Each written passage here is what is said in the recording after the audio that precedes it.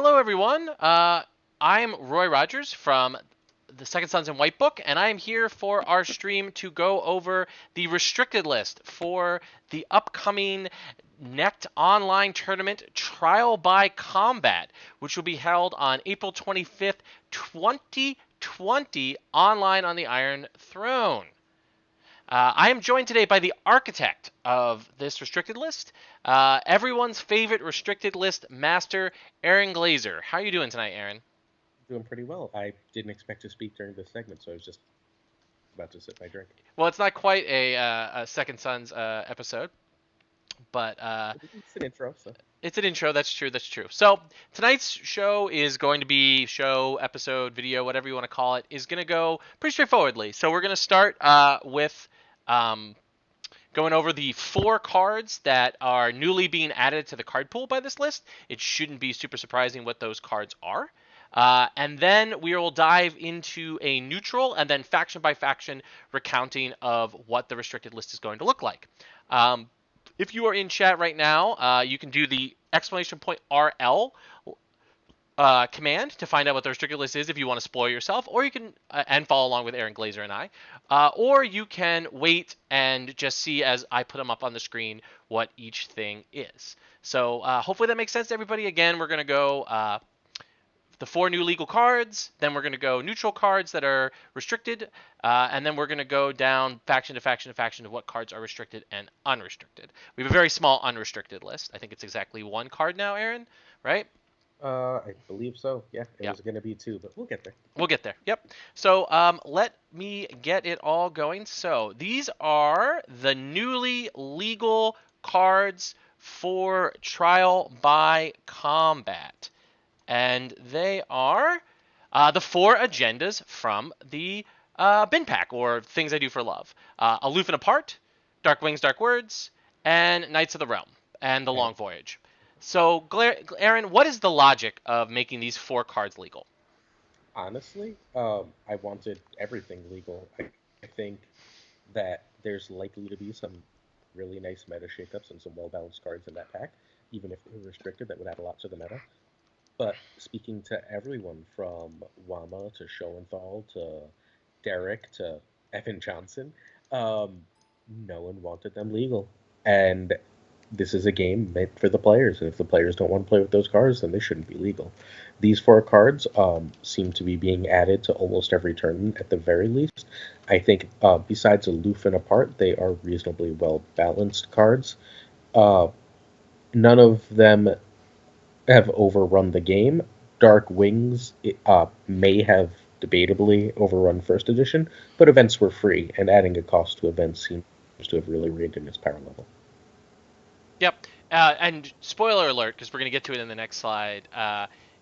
Aaron, 2 of these agendas are going to be restricted because, well, we'll get to that in the next one. But yeah, I mean, I agree with you, Aaron. I think that in the future, the conclave should take a real consideration on making the overall bin pack cards legal. And just restrict a lot of them. I think a lot of them as a restricted choice is very acceptable. But as Aaron said right there, we had trouble coming to sort of a consensus in the short amount of period of time that we had to turn over this restricted list, and we didn't have the ability of like really strongly playtesting it either. Like unlike hopefully the conclave will be when they take a turn towards those cards. But we definitely want to put a bug in people's ears that they really should take another look at those cards and re-examine what their role in the meta could be. So, the Conclave is, as far as I'm aware, planning on play testing a restricted list, and I would like to right off the bat suggest this as us testing this version, and hopefully the Conclave will take a look at this tournament.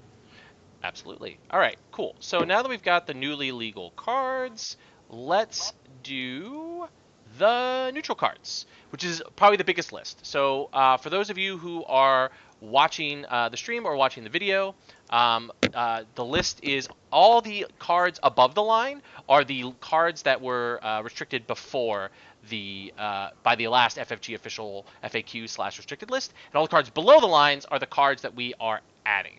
Uh, I will. Do we want to just do? We'll do a card by card, right? Particularly for the neutral ones, would make sense, Aaron. Yeah, I think we should. I think we should generally go card by card for this, but sure. Okay, cool. Well, we'll start with sort of I think the most obvious decision, which would be return to the fields. Uh, why Return to the Fields? Resets are almost pushed out of the game by Return to the Field's presence. You can make a case for it still existing if Westeros Bleeds was involved in the game. Hint nudge. But if Westeros Bleeds is not, then Return to the Fields 100% needs to go on. It's ubiquitous. It's at least one of in almost every deck that runs reasonable sized characters, and it's two of in far, far too many decks. Further, it's very, very good with the Valerian Steel agenda, where you can basically turn it into like a draw six or plus six gold on top of everything else. Uh, it's not totally separated from the Valerian Steel agenda, spoiler, which is not on the list.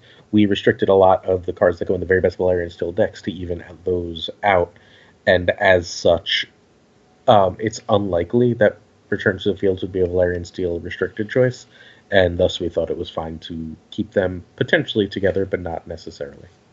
Right. I think one of the biggest differences between this list and the list that Vac and Andros and the Olivers put out that we discussed, that played in Dance with Dragons, and that was discussed in a previous video that you'll find on the White Book channel where this is going to be saved, is that we didn't restrict Valerian Steel.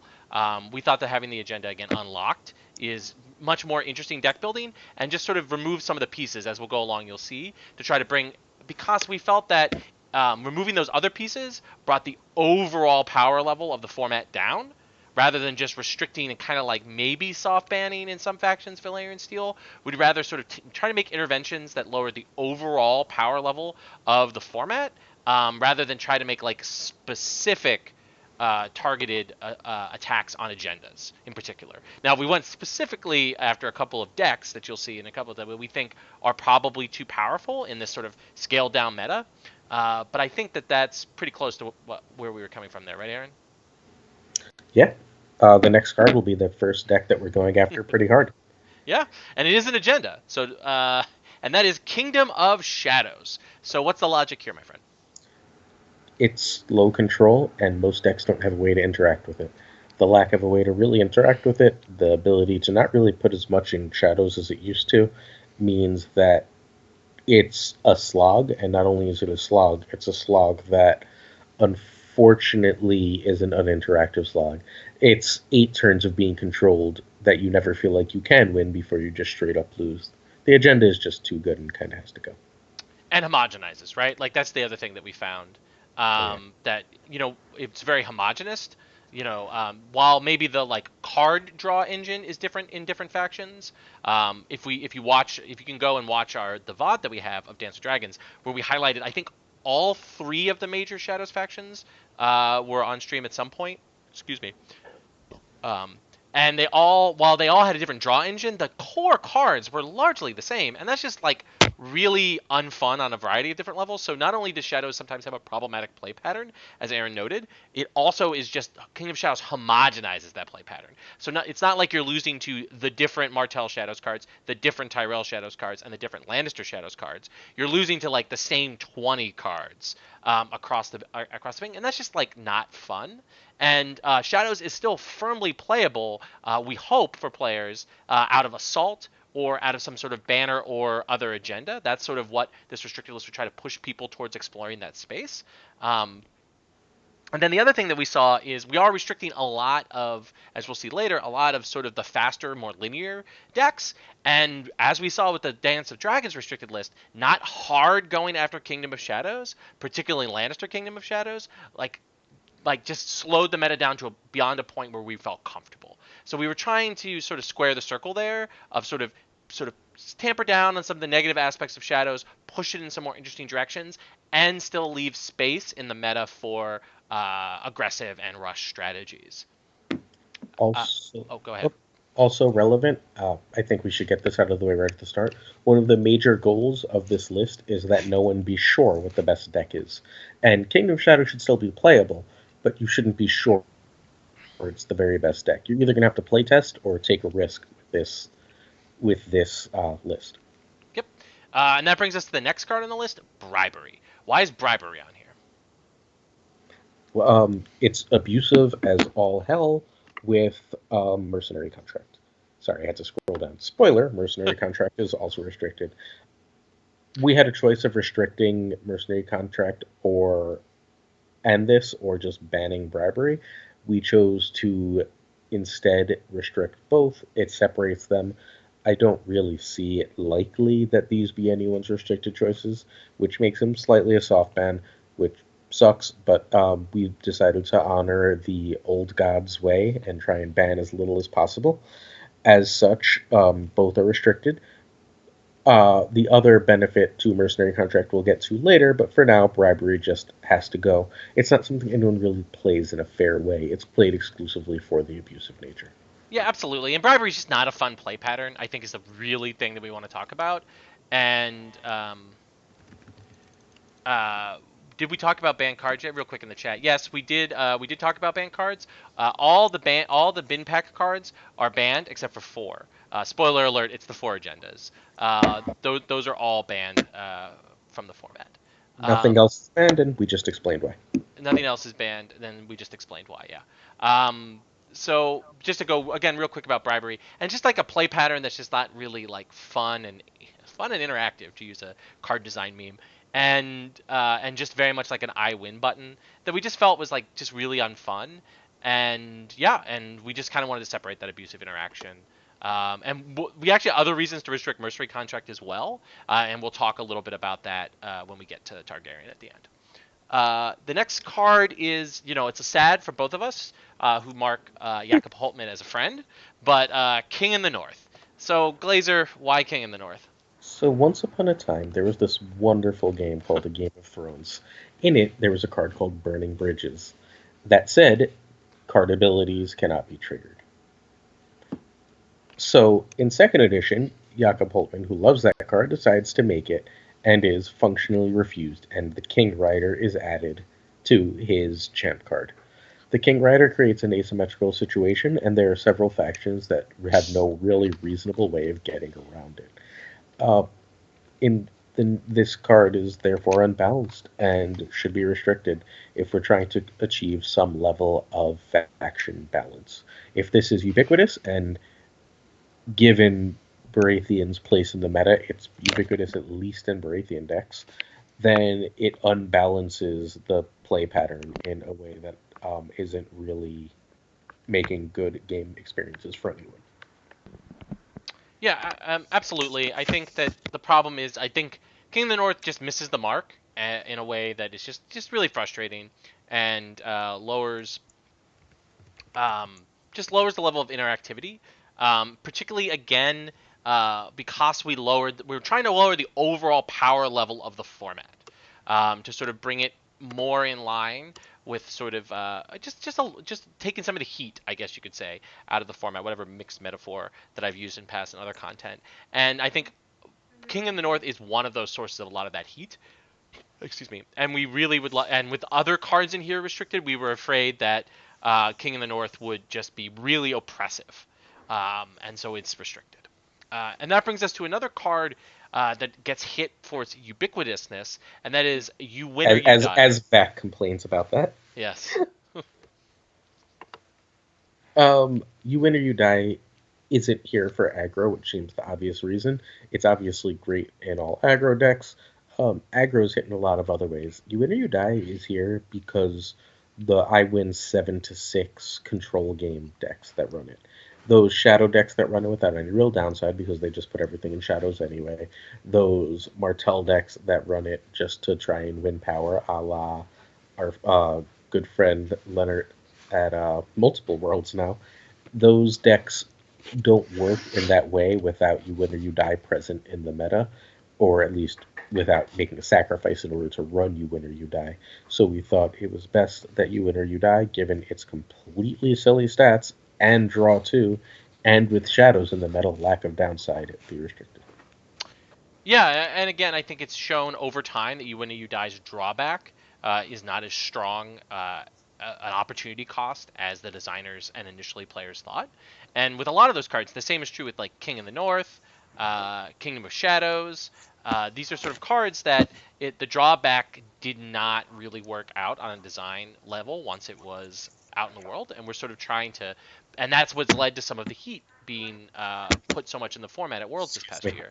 Carl, I'm Uh, doing the podcast. um, and uh, So we just, again, as part of lowering the overall heat, we want to make sure that we hit these ubiquitous, which I'm sure will make Vac happy, sort of over powerful cards, above the curve cards. There's the phrase I'm looking for.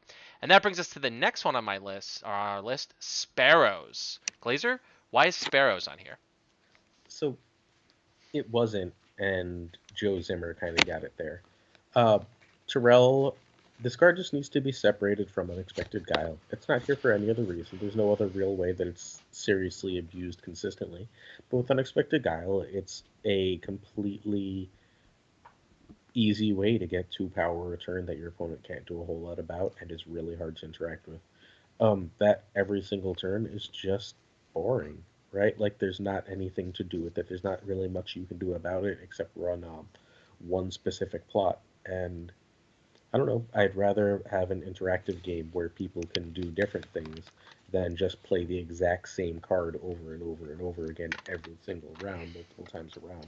That is not ideal. The board shape shouldn't be the exact same thing from when you get this to when it goes off.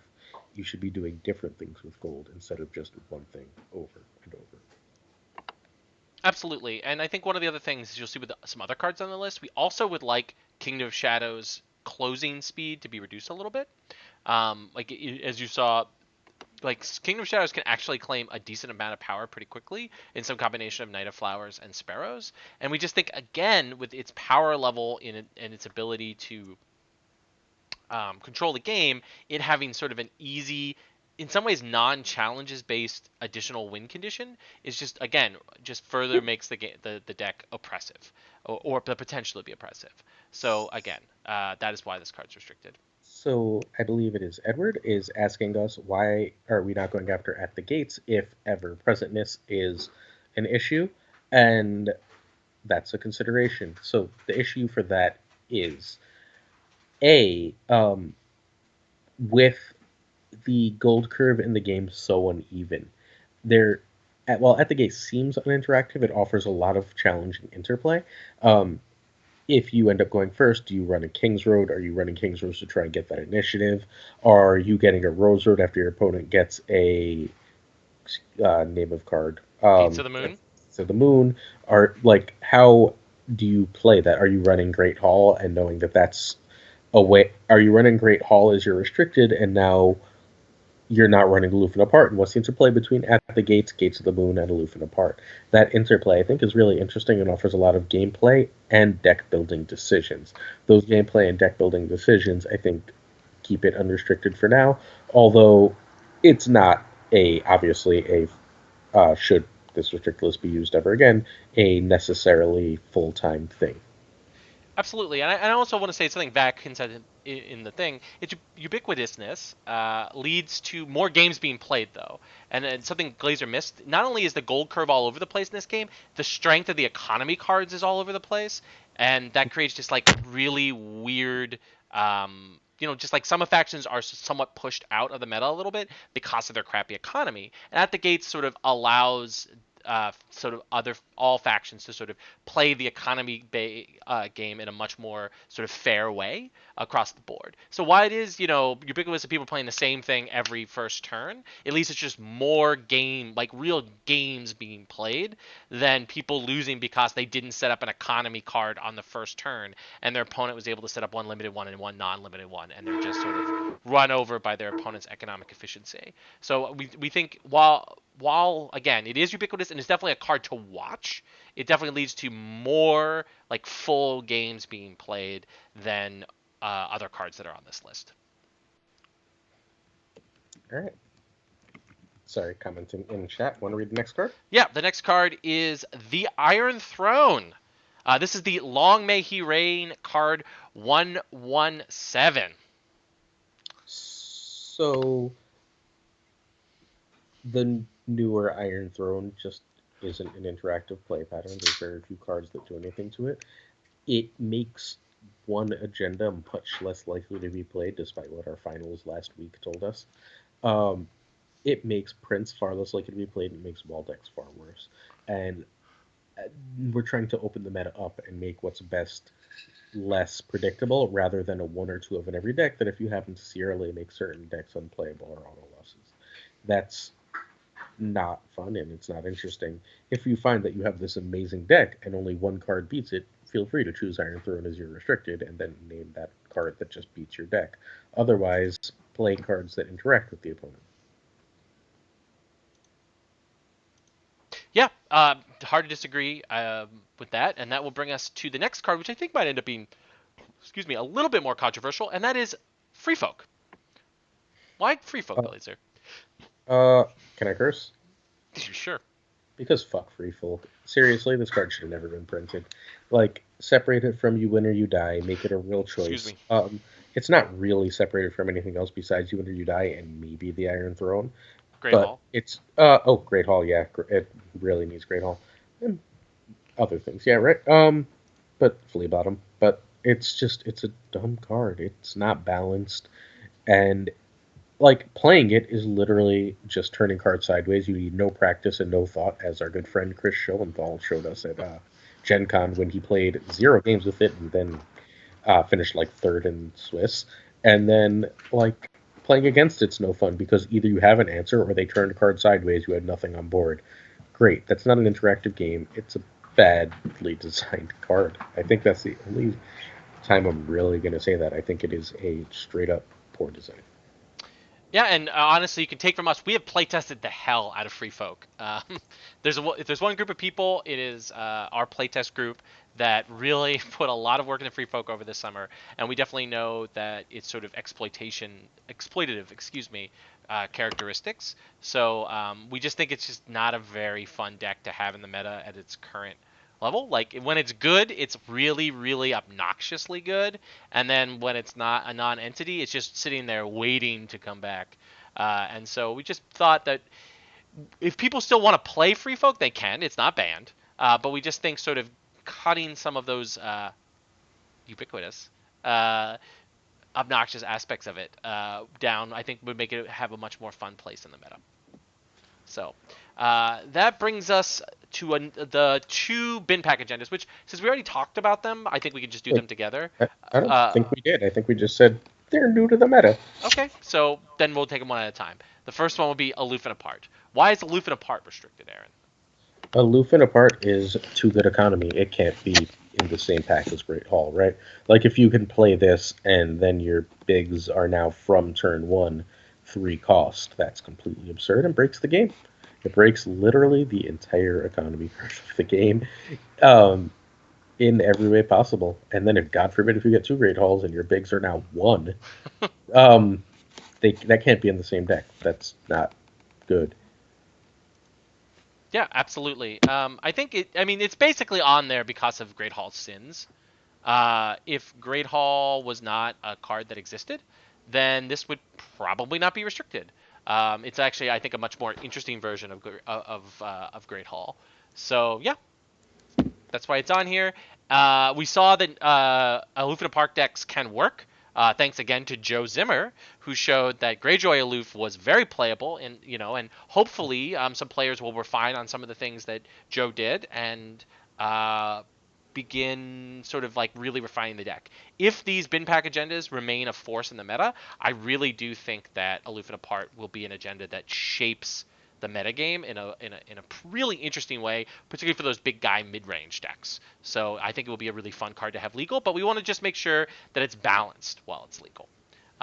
Speaking of balancing an agenda that's from the bin pack, why is Knights of the Realm restricted, Aaron? Um, so Rush and Aggro need to have a drawback. They need to choose to balance between playing cards and getting draw. If playing cards does automatically get you draw, there's not really a straight way to beat them outside of fairly extreme control. And we just restricted the fairly extreme control. So unless we want Knights of the Realm to overrun the meta, it needs to be restricted. Yeah, I think that's 100% the case. Our friend and yours, James Walmsley, showed the power of sort of this agenda at Dance, and that deck showed itself to be really powerful. It was sort of kind of kept in check a little bit by Shadows, but Shadows wasn't even an auto loss for it.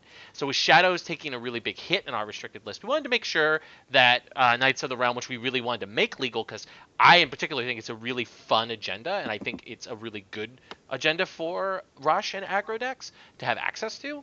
But we wanted to make sure that it wasn't unbalanced, and that again we were trying to take as much heat as we can while maintaining the format being fun. And so we just wanted to make sure that this card didn't run things over. So that brings us again to the end of the neutral cards, which I'll just sort of say again real quick. It's Return to the Fields, Kingdom of Shadows, Bribery, King of the North, You Win or You Die, Sparrows, The Iron Throne from Long May He Reign, Free Folk, Aloof and Apart, and Knights of the Realm.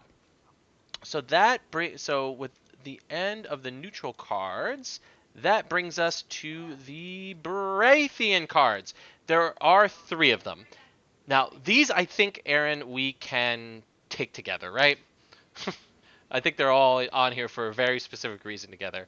Yep. That's Selyse Baratheon from Fury of the Storm, Robert Baratheon from Long May He Reign, and Azor Ahai Reborn from Fury of the Storm. Why are these 3 cards restricted, Aaron? So, sorry, Derek is very mad at a later card, so I was replying to him. Sorry, Derek. But, so, Barra Cohort is ubiquitous, it's unfun, and it's way too fast. This should hopefully break that deck apart, or at least need it to be sincerely rethought, which is also fine. Barra has like 4 other T1 decks. People should probably experiment with them instead of just defaulting to the one that Hano broke right away. Like Barra Maesters is great, Barra Sun remains great. You can probably run Barra Aloof. Barra Knights is probably like there are options for Baratheon, Barra Valerian Steel, Barra Salt. These are all really, really good decks that no one's playing because there's a solved T1 deck right in front of them. We are encouraging people to play Barra, but please go find a new deck. You still might win the tournament. Yeah, and I just think that, like the sheer linear nature of this deck is just its play patterns are just not fun for to be on the receiving end of. And again, we've lowered the power level of some of the answers to Bear Valerian Steel, like as we'll see later in the form of Night's Watch Valerian Steel, and things like that. So again, with the power of those decks being lowered, we sort of need to push out sort of the Bear cohort decks. And sort of again lowering the power level, bringing things sort of down more in the line across factions. And we hope that this will open up again, as Aaron says, space for other broken Hano builds that just haven't gotten their time in the sun, like Barra Maesters or Barra Conclave, I guess is a better way to refer to it. Anything else you want to say about Barra? Nope. But I would be very happy if this meant Azor Ahai Reborn just stopped seeing play. I don't think that's a fun card. Absolutely. All right. So with the Barra cards done, let's bring up the Greyjoy cards. So only one Greyjoy card was added. Again, just for anybody who's just tuning in, everything above the line there is the cards that were from the last FFG FAQ. There were no Barra cards on the last FFG FAQ, which actually threw us off initially when we were making this. We just sort of first thing we did was copy all the things from the old FAQ. But anyway, all those older Greyjoy cards are still restricted, but we're adding one, and that's Scouting Vessel. Why are we adding Scouting Vessel, Aaron? So, Scouting Vessel has 2 uses. One is abusiveness with Euron, Asha, or the Mountain. If that ruling about how it interacted with each of those were not made, it would not be restricted. But that ruling is in effect, and that ruling was silly. It means you can search your deck and get a card with Asha by turn like 2 or 3. And it's 0 cost, so it's unreal, and there's not really much of a reason not to run 3 in whatever deck you want. That it could take whatever location, that it could kill 2 to 3 characters. That's all just a lot. The other reason is it's extremely fast and consistent power game while running very limited pillage with Corpse Lake. So Corpse Lake is a perfectly fair card, I think, as long as you have to put the pillage in your deck. But all the Greyjoy bigs and good cards have pillage. So if you want to go in with a bunch and like get a big challenge through and get a bunch of pillage, and that's how you trigger Corpse Lake, that's fine. If you can just do it with Asha on one challenge, you can do it with whoever on one challenge and get all three triggers, and that's the end of that. That's not how Corpse Lake was originally designed, and it's not really a fun interaction to just be like, "Oh, great, that's what you saw." It's also not super fun when they have uh, the Greyjoy King attachment, I believe King of Salt and Rock. Can't believe I remember the name of that. And Corpse Lake and this, and basically anything but an event they pillage is a guaranteed power. Again, you can do that other stuff, but you have to commit your deck to it rather than just being like, oh, I saw a scouting vessel. Oh, I saw another scouting vessel, and then gaining 6 to 9 power that way.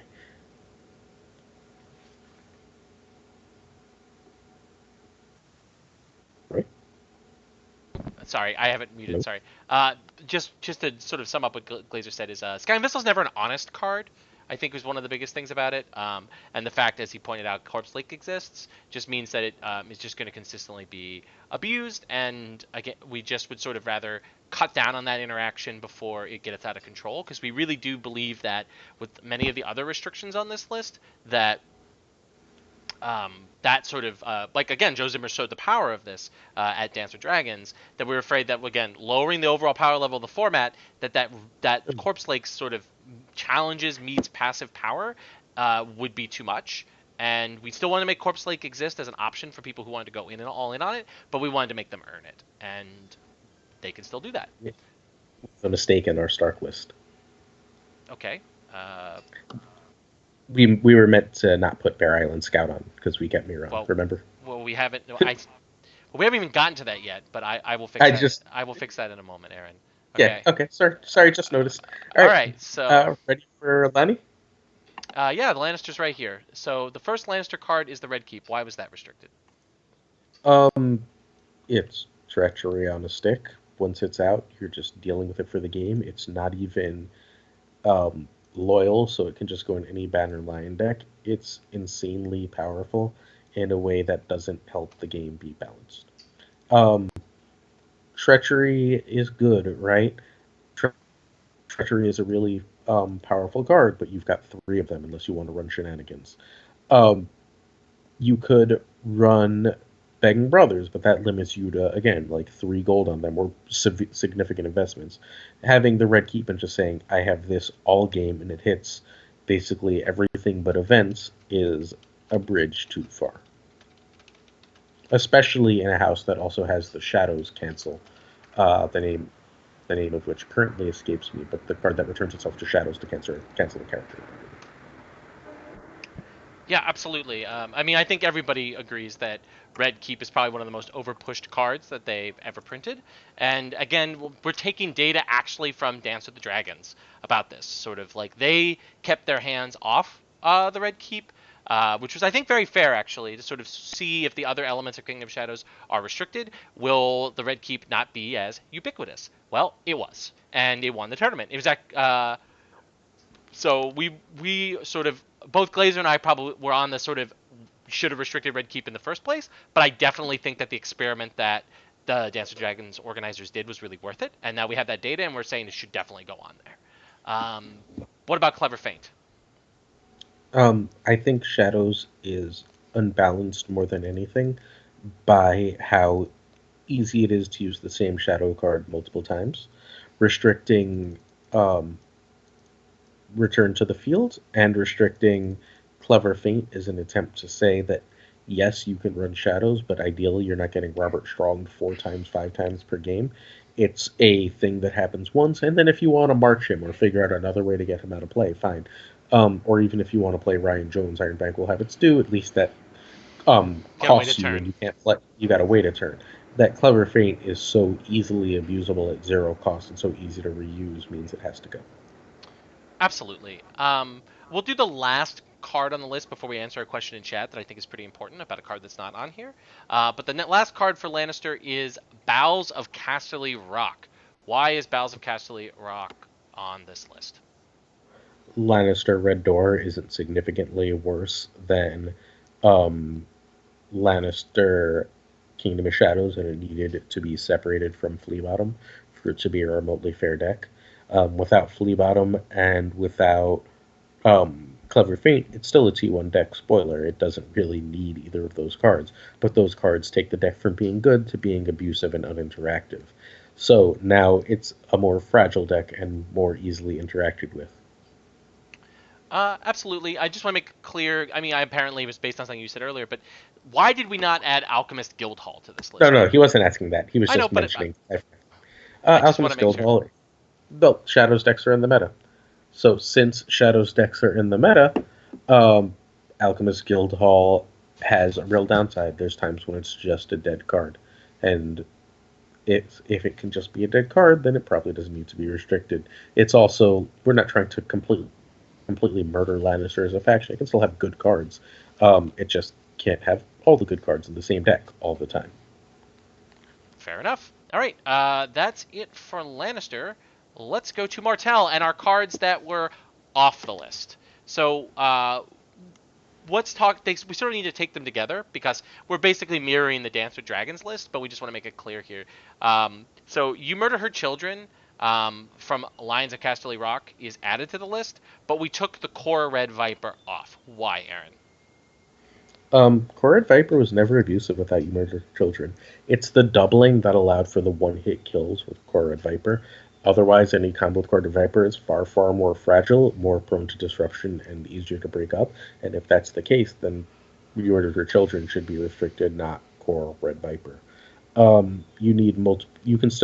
You could always run both in the same deck, but it's much harder to do without Wars to Come, without all the extra shenanigans that entails. Viper coming off also lets a version of Martell Wars to Come exist, and when not canceling plots, that deck is relatively balanced. Yeah, and it's never, for a long time it has been firmly like tier 1.5, tier 2. And we actually hope that Lannister Wars gets a oomph from this list, right? It would be, fun to have back in the meta. It's not a deck we've seen for a while. Just to double back from a question that was in the chat to make it sort of clear what difference between our Dance with Dragons list and our list is Drowned Disciple is back on the restricted list. Here. We actually debated about it actually a great deal. It was one of the first things that we really debated and took feedback on, and it just seemed like, Harris's deck is really cool. I think it's one of the best and most interactive Drowned God decks overall. But again, sort of we felt that the EV of keeping Drowned God in the meta and giving people more time to work on it, we were afraid that it wouldn't be a bunch of Harrison style decks. It would just simply be trying to find a new version of that classic Greyjoy Sun list, whether it's Mono Greyjoy or a Return to Greyjoy Sun, and then it becomes oppressive again. So we'd much rather just not have to deal with it, and again, not worry about it becoming broken and taking over the meta. Again, with a lot of the answers to that Drowned God deck being pretty hard hit by our restricted list as well. So, yeah, it came in second already, as is. Even if that was not the norm, right? Like, with everything else significantly weaker, Drowned God is just insanely strong. And look, last weekend, with almost no testing, it could gain 8 to 11 power in a turn. That's absurd. Like, everyone here has sat across from a Drowned God player gaining 8 to 11 power and marshaling before challenges, and you just sit there and you've lost the game. That's not an entertaining game experience. And like, while it might be satisfying to win that game, you didn't really play a game. You played solitaire while your opponent watched you do a bunch of stuff. That's not a game. That's you doing a bunch of stuff with your cards while your opponent watches uninteractively. Instead of that, just keep Drowned God out of the meta until we can come up with a cleaner solution. All right, that brings us to Night's Watch. Uh, so the Night's Watch, we are adding. This is one of the larger hit factions with our restricted list. Um, so the first card is three fingered Hob. Why is Hob on the list? My man's Hob. He was the best unrestricted card in the game for about a year. Well, basically since he was printed. He should have been restricted 2 restricted lists ago ish. He's basically on. He's basically constantly draw 2, at a time when your opponent can't do much about it in a way your opponent can't do much about, and that's just very very silly. So the next card would be Clytus, uh, which is from Dragons of the East, of course. Why Clytus, Aaron? Clytus was really, really only an interesting card. Like, he's fairly abusive, but he's only interesting when he's stopping Shadows and Sea of Blood. And ideally, with this list, neither Shadows nor Sea of Blood are especially prevalent or need to be reined in that manner, which means his only uses are abusive. He also has that completely ridiculous interaction with trading with Pentoshi, and now if you want that, you at least have to take a restricted slot for that completely absurd move of 13 gold, plot 1 or 2. Yeah, I definitely want to emphasize that I think that Clytus is a fun card or a good escape valve card in the meta in a meta where there's a lot of abusive interactions that of having gold in unusual phases. But again, one of our goals here is to make those strategies less uncommon and brought more in line with other strategies. And Clytus, of course, at that point becomes a choke card, and choke is just leads to people playing fewer games rather than more games. And one of the things we'd like to see is more games. So and then that brings us to probably the two most controversial cards in our sort of internal discussions about this restricted list. The first is Recruit from the Dungeons. Aaron, why Recruit from the Dungeons? Um, there's almost no way to kill this card. It's going to, as long as you can keep losing, and you can usually keep losing, return itself to Shadows. With um, Haunted Forest and the Tricon, that's name escapes me. Uh, Shadow Tower Mason. Shadow Tower Mason, thank you. I'm sitting there going Haunted Forest Scout. All right, Shadow Tower Mason. Why is Haunted Forest and Haunted Forest Scout not the ones that do the same thing? Whatever. With Shadow Tower Mason, they're both silly, right? Like, there's almost no way for Night's Watch to lose in an opposed challenge, which means the wall is going to go off. While the wall should be a strategy, it should be a strategy that's not just I had 6 gold in marshaling, or I had 5 gold in flea bottom, or I had a haunted forest and flea bottom this and 3 gold, and then you can defend every challenge, right? Like, there should be some interaction involved in how you use the wall. There is, short of canceling it to keep it in play or canceling it to keep it out of a challenge, almost no way to kill this card. And we just restricted the most prevalent cancels, so this card needed a hit. Also, its interaction with Flea Bottom was very silly. Yep. And then another one of my mans, my longtime friend, Halder. Why is Halder on the list, Aaron? Um, Halder is on the list because Builders is going to be good. Honest reason, Builders was kept in check by an awful lot of the cards on the list, whether it be Sea of Blood, Barracohor, or things like King Plot. Those aren't really major concerns anymore, and Builders should be back to being very good. That's fine, but now they have to choose a restricted card. The restricted card previously was a nice bonus, usually not pivotal to the deck. Instead of that, you get to choose between that bonus or a card that can bump your guys a million. The other benefit is that it weakens Night's Watch Valerian Steel a little bit more. Night's Watch Valerian Steel was very obviously one of the better decks in the game previously and needed to be reined in. And Halder's ability to pump basically anything by that a million was a major reason why. Yeah, just to offer a slightly different perspective, Aaron, I think that Halder is dying here really for Night's Watch Valerian Steel's sins versus Builders. Aaron and I argued a lot about Builder's restricted card and whether or not it was a choice or not, and we're still going to be arguing about that until we're in our retirement homes. But I think that Halder, again, it's lowering the overall power level of the format, and yes, as pointed out in chat, Halder has no limit. And he's just and because of sort of the ways in which the fact that his limit is only limited by the number of attachments and locations you have in play is really highlighted by Valerian Steel, and Valerian Steel just shows the sort of more abusive interactions of him. He's just there for Night's Watch Valerian Steel Sins, with the added benefit of hopefully acting as an escape valve to prevent builders from becoming oppressive in the format. I think that's it for us for Night's Watch, unless you have something overall you want to say, Aaron. No, Night's Watch was one of the three factions that we really hit super hard here. Um, Three factions and I guess shadows. So there are four things that were generally the best in the meta. They were Shadows decks, Night's Watch Valerian Steel, Targ Sea of Blood, and Bara Cohort. And all of them were hit very hard.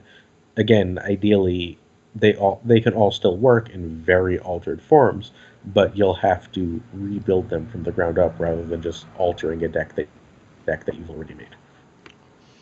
All right. Now on to the faction that took the most work. Well, literally until we were live, we were still slightly out of sync about what cards should be on the Stark list. We are adding exactly one card to the Stark list, which is I Am No One. Why was I Am No One added to this list, Aaron? I am no one does at least a couple too many things. It's multiple draw stealth that wins challenges. It gains power really quickly. It's one of the stronger cards in the game. And while it's arguable whether Stark needed this hit or not, they just won Stolic, didn't they? Um, it's important that if everything else is hit, Stark also takes a hit. Otherwise, we're basically going back to pre-Stolic when they were pretty clearly the best. So I am no one gets hit for that reason. The other thing is, I think both of us really wanted Mira off, but without seeing how these other changes affected the meta, it's really hard to take Mira off because it could easily put Stark a level above everything else. Yes, I will. We will let you a little bit behind the scenes. When Glazer and I woke up this morning, and about halfway through my workday today, Mira was unrestricted, and she had been restricted earlier on, and then unrestricted, and then restricted. We went through a lot of different versions, specifically of the Stark cards. But yeah, I Am No One, I think, is the safest restriction in Stark. It's more, again, keep it in line with the overall power level of the format being brought down. And again, just like I Am No One is just it can be a very unfair card. And again, to go to the key thing about this ubiquitous restricted list, I Am No One's been ubiquitous since kind of the Bros or Bras broke it out in when Dustin won U.S. Nationals. That was 2 years ago. Um, and Andros had a great run with it as well. Like, and then since then, you've seen Derek, you've seen Jaren, you've seen the Gen Con that it came in second to Tyler Phillips. Like, it won Stolic. It's once I think I Am No One was in both of the Stolic winning lists. I can't be 100% sure off the top of my head, but it's just been just a really powerful source of both action advantage, card advantage, and challenges being pushed through for Stark, and it's just honestly just not been restricted. Um, or been really in the discussion for restriction for a while, and we sort of this was the first thing this is the main thing we all agreed on, both Aaron and I and the consultants that we had about this restricted list, that should go on for Stark.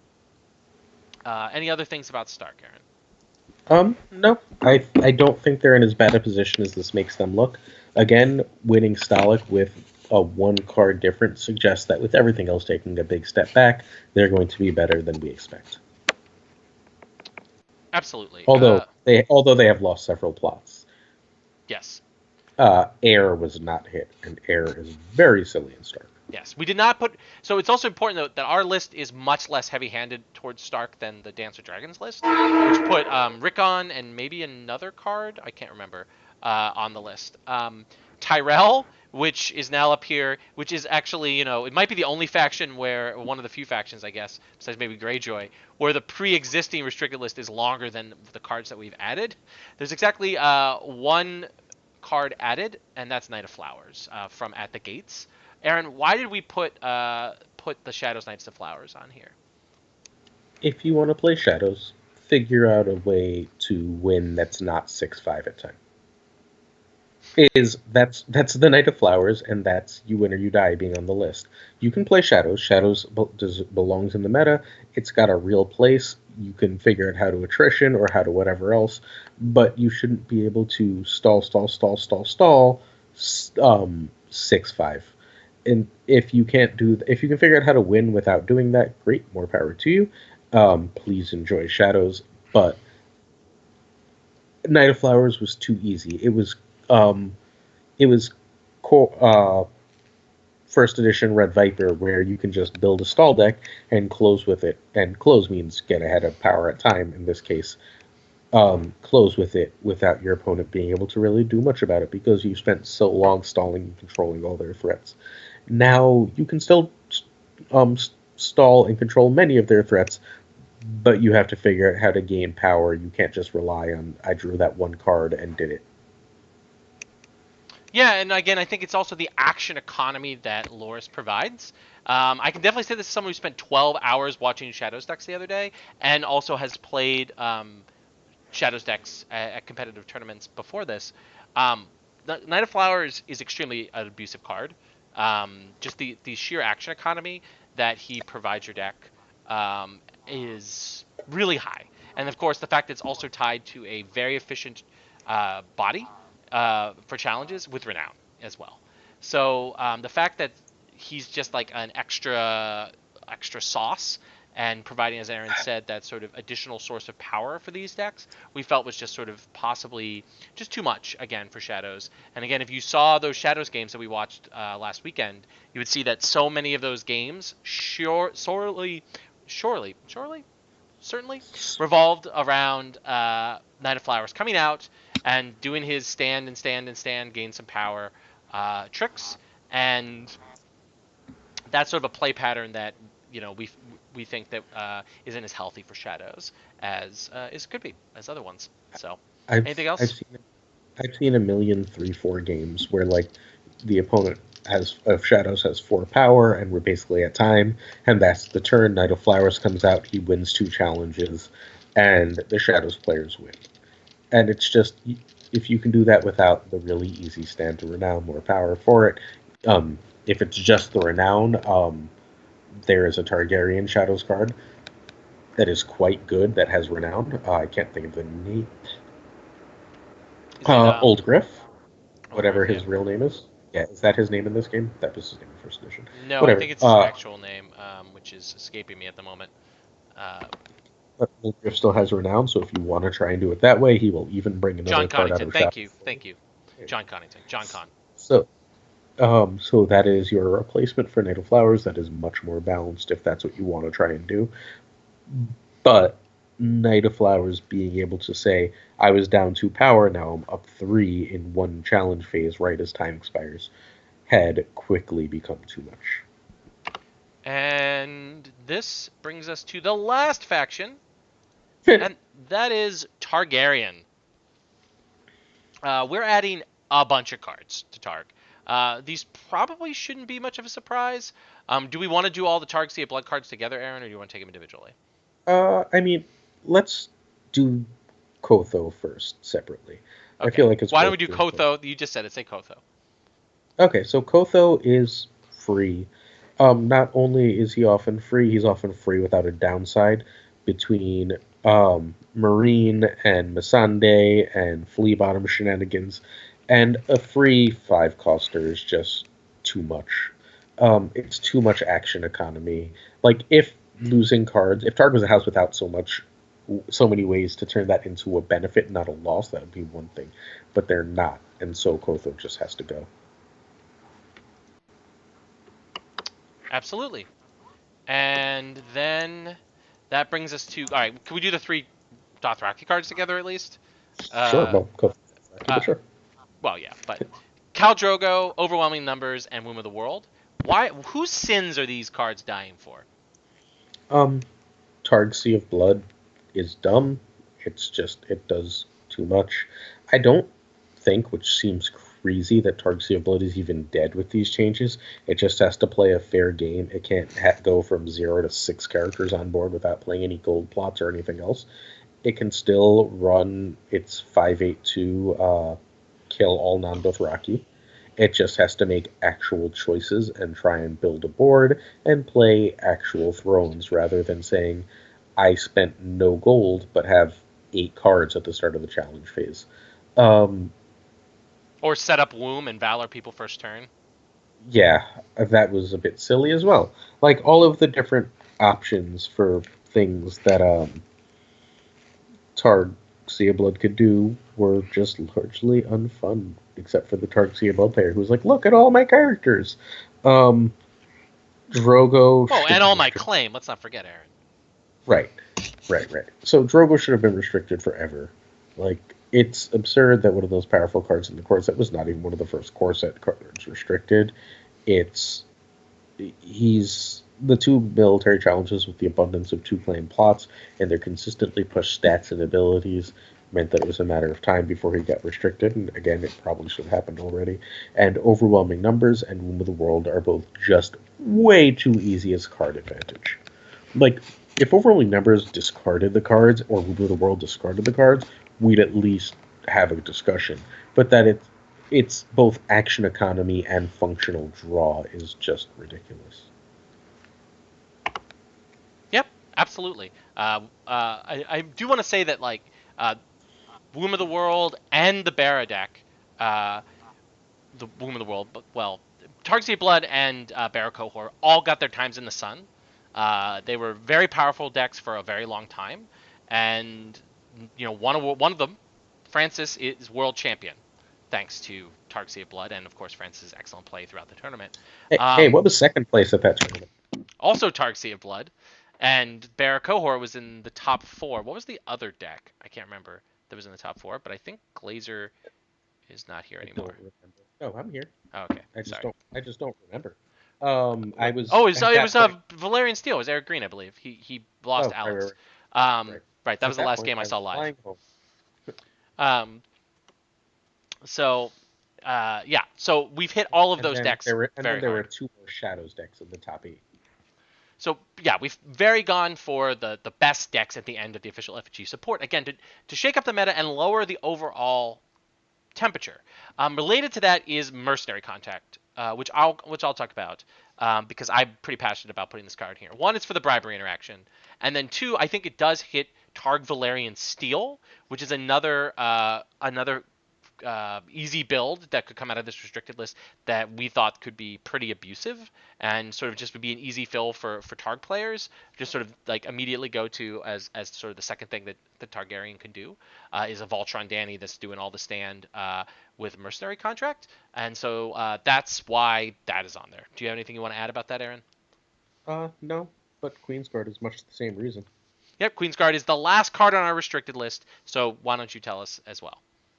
So, Queensguard between Valerian Steel and trading with Cohort is just an auto include. It's very easy. Again, discarding cards is not really a cost for Targaryen. This is one of the last ads, and honestly, probably the card on the list I feel least strongly about. But we did feel Targ Valerian Steel needed to miss one other power card. Um, this was the way that that deck would often Voltron, not Danny, and saying that that deck does have to likely Voltron Danny or use its restricted slot for that extra bit of Oomph. utility means that it is more controllable. It is less likely to be the deck that overruns the meta. Also, it just lost a ton of action economy with the 18 other cards Targ lost. Somehow, unbelievably, Targ, despite getting the most powerful cards for three-quarters of the game's history, only had two restricted cards when we started this. Yep. But Terrell had like nine. Well, because there was never a hardcore Targ combo deck. Like No. that was mono Targ, like with Targ as the main faction. There was Tyrell Dragon. Dad, he goes, Ah, sorry. That's okay. Uh, Instagram autoplay video. Instagram autoplay video. The dream of Tyrell Watch passive power is dead. Yeah, that does make me sad. Look, one of the things about designing this list is we did try to check ourselves about specific play patterns that we and our consultants really favored in the form of like for Aaron control and for myself passive power and combo, I and mean, while also hitting the the most powerful decks pre-existing here. I think we're at a point where we can take questions from chat and sort of talk about general philosophy. Aaron, do you want to sort of provide an overall so summary of what the goals of this restricted list were? So I wanted to hit basically all the known decks. I wanted to um, burn the known meta to the ground, I think is a fair way to say it, and say, now what's good? Show your skill. How creative are you? If we don't know what's good, can you figure out what's good for this tournament? And maybe there's something totally abusive that we missed. That's fine. It just should be something abusive that's new instead of the known tier 1 and tier 2 decks that we've all been playing for the past Yeah. X years, honestly, at this point, right? Like the meta has been since the death of the giant Greyjoy decks, the meta has been fairly stable since the Tark box, right? This should say everything you knew about the meta is no longer there. I'd like to hear from the chat what you guys think the best decks likely are now, if you have any idea. Yeah, absolutely. Again, this is tried to be a fundamental. I think earlier Jess was in chat calling this the theme of this restricted list is heavy-handed. Maybe she said overload. Overkill. Overkill. Overkill. Overkill. I Which scrolled up. I approve of. That's kind of the goal. Yeah, I mean, I think it's again, it's an overall restricted list. Thoughts on separate groupings for restricted cards without the lame excuse. Tis hard to keep track of. I'm not entirely sure what Clement's question is there. Do you know what Clemens is asking there? Clemens is like, why don't you just say you can't play these two cards together, but if they're Ah, not right, in the right. same. The Star Wars way of doing it, or I guess is Um, it L5R does that too? Maybe I be, can't I can't because remember. I don't know, because the old gods left thrones away to work, and until the Seven or the Conclave or whatever they want to call themselves leave us a new way, we didn't want to fundamentally alter the way thrones worked or has worked Yeah, for years. We didn't. That's the exact same reason we didn't ban. Trust me, banning annals would have given me nothing but great joy. But we tried to honor the history of the game in a way that um, I think makes sense until the new regime takes over. right. Again, I agree totally about a ban list, Andrew. I think a ban list, whether the Conclave does it or not, would definitely benefit the game. But given that Thrones has, to in every way possible, attempted to avoid that for its entire official run, until the new official ruling party decides to legalize that, I don't feel an individual tournament should do that. Despite several individual tournaments having made that decision, it's not one I'm super comfortable with. Yeah, absolutely. It's the same thing actually with unrestricting a bunch of cards. We said I need the ice. I'll be right back. yeah, yeah, no problem. Because it is the thing I'm passionate about is I think unrestricting like unbanning cards in other games, frequently the returns are and risks are the returns are a lot lower and the risks are a lot higher than people have give it credit for. Again, we saw this like with Drowned God, which didn't run out of control at Dance with Dragons, but still was extremely powerful and omnipresent strategy. And again, made it to the finals. Good job, Harrison. Like I've loved watching your games, and I love that deck. But again, like lots of people don't love those type of combo and passive power decks. And the same would be like cards that I love, like Mace. I'd love to see Mace unrestricted. And it's one of the reasons why at the end of the day we decided to not unrestrict Mira is again the risks are higher than most of the time the rewards. So we did make the swap with the Red Viper, but that's mostly because in like we made this argument on Second Sons years ago. We thought that the sort of wrong card was restricted always, and thankfully we had Dance showing that the addition of Red Viper to these Martell Wars decks showed that they become more powerful, but they don't become over powerful. So our goal was to maintain the same basic philosophy behind the initial restriction of the Red Viper, but just sort of swap the cards. Because we think it makes for more fun gameplay and makes more breathing room in the meta. So further, while this is my restricted list, it's much more my style restricted list than every choice being mine. A lot, like capital L, capital O, capital T, lots of players were consulted on this, and their cards. There, I don't. Well, I think every choice is defensible, and every choice makes the meta more interesting. It's not necessarily every choice I would have made. My style restricted list is that you have to rediscover the meta, and I think that's what's most important here. Um, there, I'm not. I think there are about 6 or 7 T1 decks. Having thought about this for a few days, but I'm not actually sure. And any one of them could be terrible, and there could be like 4 or 5 that I just don't know that are also T1. which I think is more interesting than going into another tournament and seeing Shadow, Shadow, Shadow deck that got unrestricted, uh, Drown God again. So Excuse me. hopefully that's the case. FFG did not want bin pack legal, Andrew. I guess there's no real reason to not say this now, but like we were playtesters, right? Um, Not that they listen to us often, but FFG never had any intention of that being legal. Cool. Making news in this video. But Sorry. I mean, um, what does it matter now? FFG has ended the game. anyway, other questions from chat. Aaron, but while we're waiting to see if Chad has any more questions, if you were playing this tournament, you're not. You're gonna most likely be commentating when you're available, alongside me here on this channel, twitch.tv/fointel. What would you play based on this restricted So, list? so the first thing I think I want to try is I'd be building Valerian Steel out of every faction and Dark Wings out of every faction. I think that they're likely to be good. Draw agendas are almost always good. Terrell Knights is still going to be very good. They don't lose a whole lot.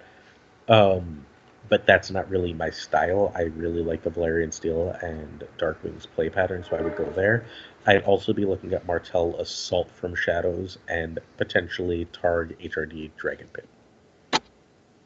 Yeah, I mean, burn is one of the things we didn't touch in our restricted list here. So if you really love blackish red cards, I would definitely look at Dragon Pit or some kind of Tark Fealty that's running the burn cards. They were largely left alone, and we saw some people at Worlds, and we tested, and a couple. How many of us brought burn? Was it just Matt? Or was it two? Oh no, Matt and Clemens. Matt, Clemens. Matt and Matt, The and Mats. The Mats did. The Mats brought it, right? yeah, one The of them did one of well, right? Clemens, well, I Clemens think. did pretty well.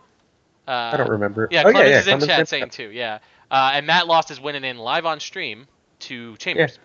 So I So think that look, um, Matlock, yeah, so I'm not against Targ Burn being hit should they prove to be really good from this. I think Incinerate is a really obvious hit if Targ Burn does end up very good. But Targ Burn hasn't been a real force in the meta for about 2 years, right? not that Like, long. when's the last really good Targ Burn deck? Like, not deck that ran Burn, deck that was actually trying to burn things as its game plan. Like, it's been a I mean, really long while. if we're being really honest, pure Tog Burn has never been the thing to do in second Right. edition, Right, right? it was always aggro with burn support. I don't think Yeah. aggro with burn support necessarily exists in that way. Um, the strongest card that I think is left unrestricted, though, is Drogon. Yeah, and that was one of the ones we debated putting Drogon on there. It's hard to put Drogon and And Drogon. Drogo, yes. We didn't want to entirely kill Targ aggro to the ground. We wanted people to approach different ways, and that could be there's some burn dragon strategy that is that classic Targ, burn with aggro cards or aggro cards with burn. That's possible, Yeah, and I mean, who knows? Yeah, and definitely I want to agree with you. I think that you could basically run Wama's 60 or 61, whatever Wama was running, and change two plots to get rid of those returns and figure something out. And I bet you would still have a very competitive deck. And that's probably what I would be playing if I was not or if I was not running the commentary stream. I would probably be playing Targ Knights. I think Knights of the Round is super cool, or Baramaesters. And I really like my hope is I said this before the last restricted list. I really hope people explore that Baramaesters deck. It is so fun to play, and it has so many cool interactions and really powerful interactions. And I would definitely go to Hano's list, maybe change a couple of cards because I think might have been some collateral damage. I can't remember to the deck, but not a fundamental change. And definitely try that out, particularly for people who like kind of the weirder things that Shadows decks could do. Barra Conclave does some weird shit, and it's really fun. Like having your hold plus the top of your deck. Well, not your hold. Your what do they call it? Whatever's under your agenda.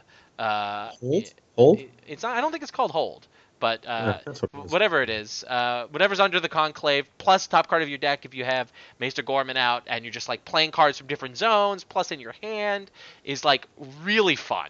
Like it's super super fun and very competitive. And I'm just sad that people just really haven't gone there.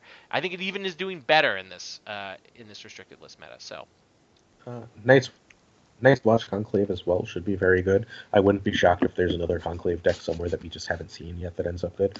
I think that Lannister Conclave, which has been seeing a lot of play. right, Lanny Conclave is good. I think Aloof and Apart Greyjoy is still going to be a really, really good deck if you really enjoy big guys. Again, zero chance I would play that, but I don't think that's bad. There's a million Prince That Was Promised decks that are freed up by the lack of Iron Throne that are worth exploring. Like, how about a Core Red Viper Prince that was promised? Yeah, or Martell Wars is I think in a good spot in this restricted list if you want to get a more established It's not, archetype. yeah. Like Um, it's got some plots I might have to change around a little bit, but I think that because were they running fields? I don't remember if they were running fields in the list. Everything was running fields. It's Just true. everything was running fields. I always just assumed a deck was running fields, but yeah, it's very very powerful. So again, we apologize to everybody who thinks that this was overkill, but I think we had some really I, specific. I don't Well, I I don't do. know. Stress. Uh, I think overkill is the point, and um, there's going to be a million tournaments that with decks that aren't overkill, right? Until the Conclave releases theirs. So try something different. Like maybe you'll find that you enjoy it. Like this has never been done in second edition. So if you think you're going to hate it, maybe you'll be right, but there's just no way to know unless you played first edition. Absolutely. And we did this as a really good faith effort to try to fundamentally shake the meta up in a way that, It's excuse me, true. I didn't was take not. off the Desert Winter. I know we didn't take off Desert Raider. Mace wasn't freed. We slapped several of my favorite cards in like a bunch of my favorite cards in second edition on the restricted list. So I don't think we could be accused of pure what's the term, selfishness, I guess you could say. We had a clear point, which was to again take heat out of the meta. The meta was super overheated at Worlds, just full of really powerful strategies that just pushed out fairer decks across the board. Either whether they were doing really linear things in the form of Tarxia Blood or Barakohor, or had all the answers, all the draw, Night's Watch, Valerian Steel, or um, the ultimate control game in the form of the Shadow stacks. And again, we try to just take a lot of that heat just out of the meta, bring it down, and sort of see where things are. It's highly I mean, look, you're all the amazing card gamers in the Thrones community. You will find where the heat is, but we just wanted to make it so that it's a journey to get there rather than a just obvious place that people immediately go. I agree. Any other questions from chat? Yeah. Before I can Looks like no. go in. Cool. All right. Well, I'll go into my spiel.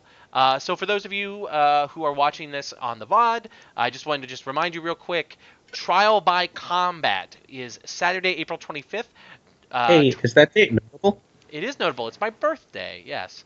April 25th, 2020, my 35th birthday.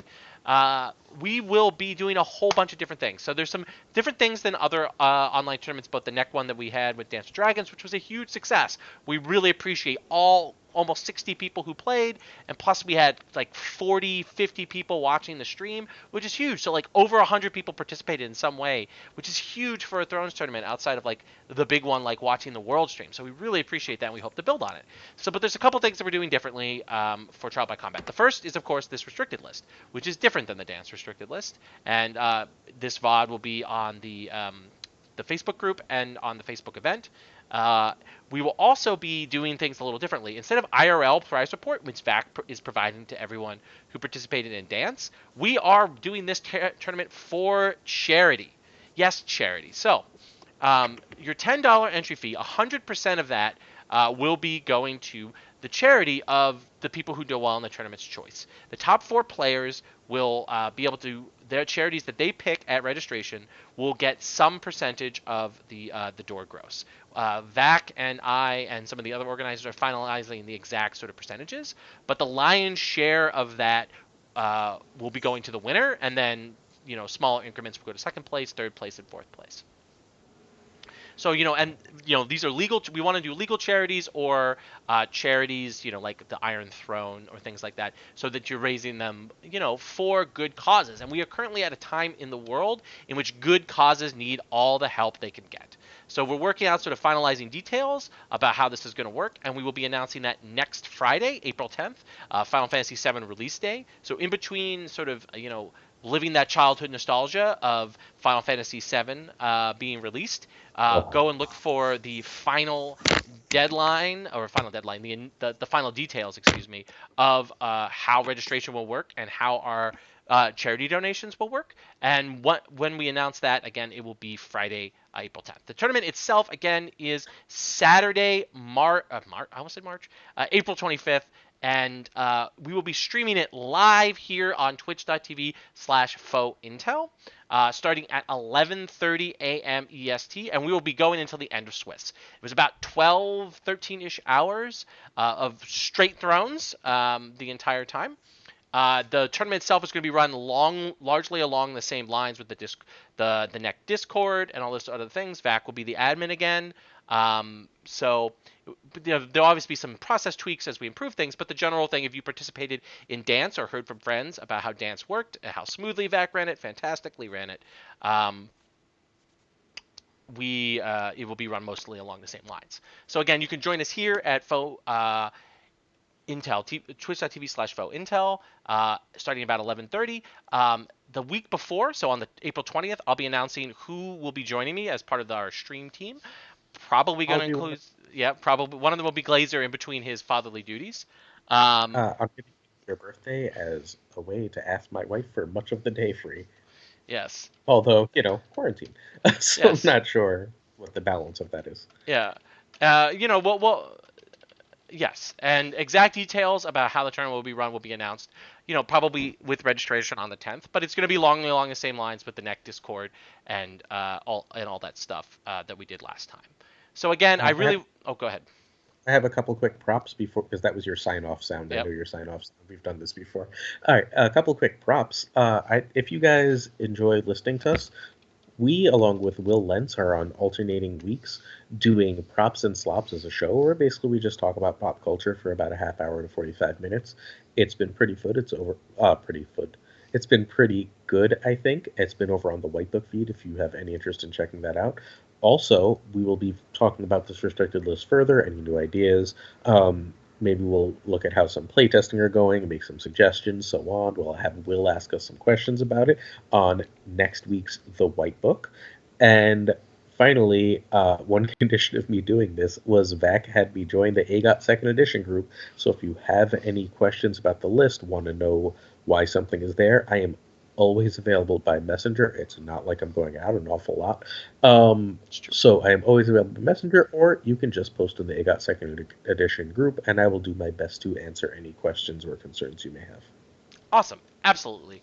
Again, thank you all very much for joining us live. If you are watching this on the VOD, please make sure that you register for the tournament. And thank you for watching us on video on demand. Again, the tournament is Saturday, April 25th, my 35th birthday. So please join us either by watching the tournament on stream, or even better, playing for charity.